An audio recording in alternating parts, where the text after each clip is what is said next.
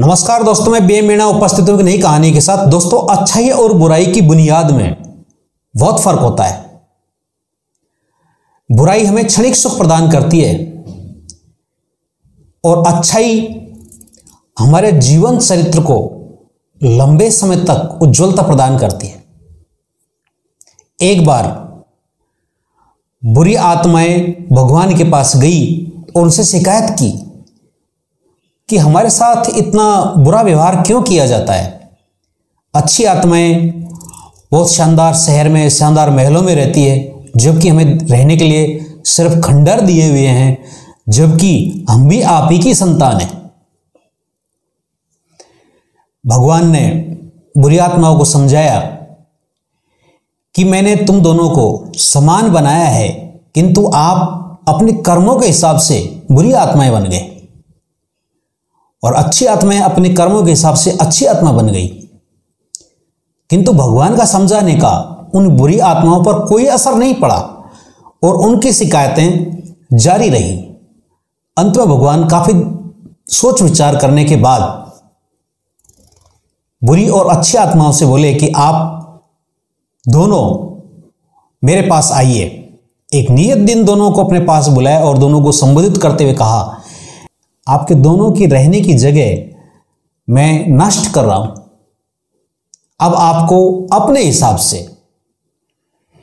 अपने शहरों का निर्माण करना होगा, उसमें अपने हिसाब से अपने घरों और महलों का निर्माण करना होगा।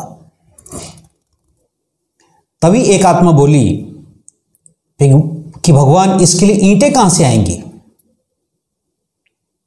भगवान मुस्कुराए और बोले कि जब पृथ्वी पर कोई झूठ बोलेगा उसके बदले में और जो सच बोलेगा उसके बदले में भी ईंटों का निर्माण होगा। अब ये आपके ऊपर है कि आप झूठ बोलने से बनने वाली ईंटें लोगे या सच बोलने से बनने वाली ईंटें चुनोगे। बुरी आत्माओं ने विचार किया कि पृथ्वी पर झूठ बोलने वाले बहुत ज्यादा हैं, इसलिए हमें झूठ से बनने वाली ईंटें चुननी चाहिए। और उन्होंने ऐसा ही किया। झूठ बोलने से बनने वाली ईंटें बुरी आत्माओं ने चुन ली और अच्छी आत्माओं को वो ईंटें मिली जो सच बोलने से बनने वाली थी। दोनों के शहरों का निर्माण एक साथ शुरू हुआ, किंतु क्योंकि पृथ्वी पर झूठ बोलने वालों की संख्या बहुत अधिक है, इसलिए बुरी आत्माओं के शहर का निर्माण बहुत तेजी से होने लगा। उन्हें पर्याप्त मात्रा में ईंटें मिल रही थी, जबकि अच्छी आत्माओं के शहर का निर्माण बहुत धीरे धीरे चल रहा था। किंतु कुछ समय इसी तरह बीत जाने के बाद एक घटना घटी। बुरी आत्माओं के शहर के घरों से, महलों से अचानक ईंटें गायब होने लगी। उनकी छतों से, दीवारों से, नींव से, सब जगह से ईंटें गायब होने लगी। बुरी आत्माएं घबराती हुई भगवान के पास आई और बोली, भगवान, अनर्थ हो गया, हमारे शहर से ईंटें अचानक गायब होने लग गई। भगवान मुस्कुराए और बोले कि शायद झूठ बोलने से जिन ईंटों का निर्माण हुआ था, पृथ्वी पर उन लोगों का झूठ पकड़ा गया और आपके शहर से, आपके घरों से ईंटें गायब होने लगी। अंत में बुरी आत्माओं का जो शहर था वो खंडहर का खंडहर ही बना रह गया और अच्छी आत्माओं का जो शहर बना, जो घर बने, उनमें वो स्थायी रहे।